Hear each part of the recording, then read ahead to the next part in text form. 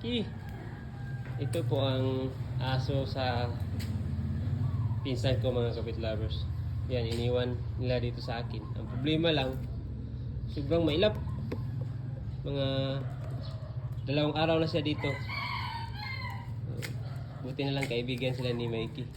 Pag lalapitan ko, ayaw pahawak. Tapos itong gate namin yan. Dahil dyan, sinira niya. Yan. O, kita niyo. Yan, sinira niya. Dahil gusto siyang lumabas. Vicky! Vicky!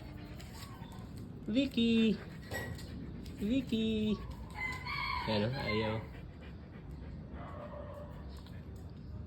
Vicky! Yan ang problema sa aso na to. Vicky! Siguro pag abot to ng mga 1 week dito sa amin, siguro mapaamo ko to. Nalapit na to. Or pahawak na.